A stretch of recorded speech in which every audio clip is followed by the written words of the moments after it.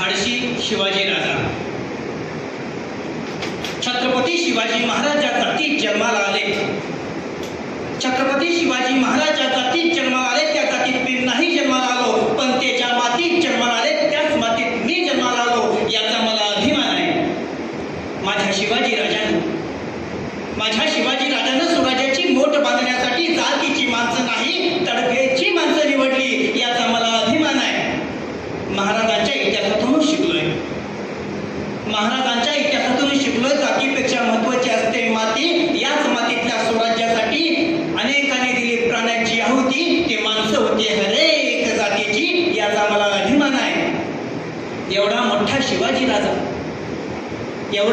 शिवाजी राजा माणुसकीचा अखंड वाहता जरा. जिथं जाती पातीवरून माणसाची किंमत ठरत